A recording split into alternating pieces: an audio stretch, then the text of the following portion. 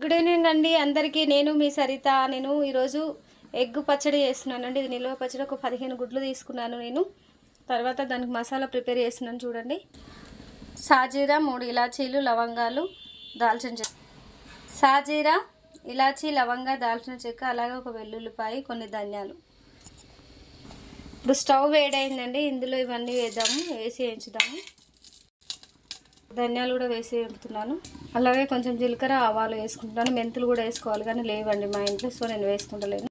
ఇవన్నీ మిక్సీ జాడీలో వేసుకున్నాను, గ్రైండ్ చేసుకోవాలి. ఎగ్స్ ఇలా కట్ చేసుకొని పెట్టుకోవాలండి.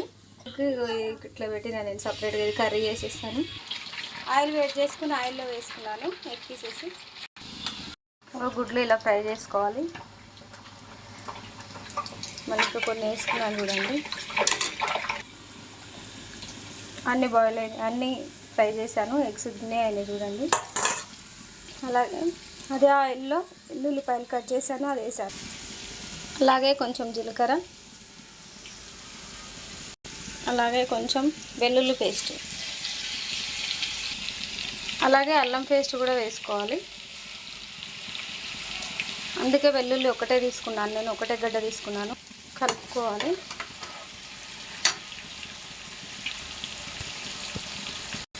స్టవ్ ఆఫ్ చేశానండి. ఆయిల్ చల్లారనిద్దాము. పచ్చడికి సరిపడా కారం,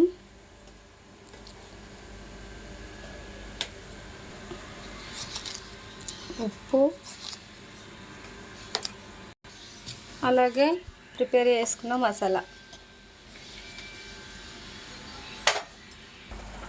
మసాలా ఇలా రెడీ చేసుకొని కలుపుకొని ఇప్పుడు ఫ్రై చేసిన ఎగ్స్ వేసుకుందాము. ఎగ్స్ వేసాను. నాకు వీడియో తీయడానికి రావట్లేదు కుకింగ్ చేసుకుంటా, సో నేను అందుకే ఇలా చేస్తున్నాను.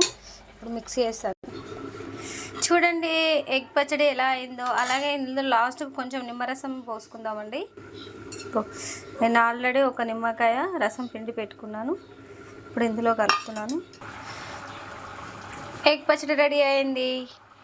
అలాగే లోపల ఉన్న పచ్చగుడ్డ ఏం చేశారనుకుంటున్నారా? చూడండి ఏం చేశాను. ఇదిగోండి కర్రీ చేశాను. ఈ వీడియో మీకు నచ్చినట్లయితే లైక్ చేయండి, షేర్ చేయండి, సబ్స్క్రైబ్ చేయండి. అలాగే గంట కొట్టడం మాత్రం మర్చిపోకండి. ప్లీజ్ నా ఛానల్ని సపోర్ట్ చేస్తారని అనుకుంటున్నాను. Thank you for watching.